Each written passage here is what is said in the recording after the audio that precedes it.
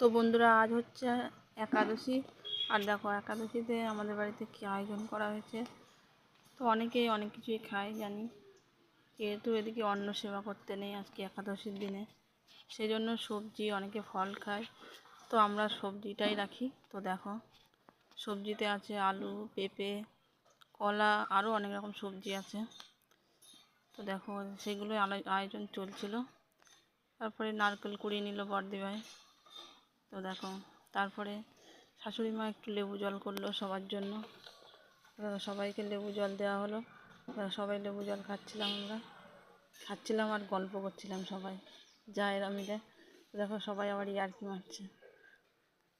দেখো তারপরে শাশুড়ি মা বলছিল লেবু জলটা কেমন হলো, সবাই মিলে খেলাম লেবু জলটা। তো দেখো ভিডিওটা কেমন লাগলো অবশ্যই কমেন্টে জানিও। আর ভিডিওটা ভালো লাগলে অবশ্যই লাইক কমেন্ট করে পাশে থেকো। ধন্যবাদ সবাইকে। আর কে কে একাদশী করছো অবশ্যই কমেন্টে জানিও। টাটা।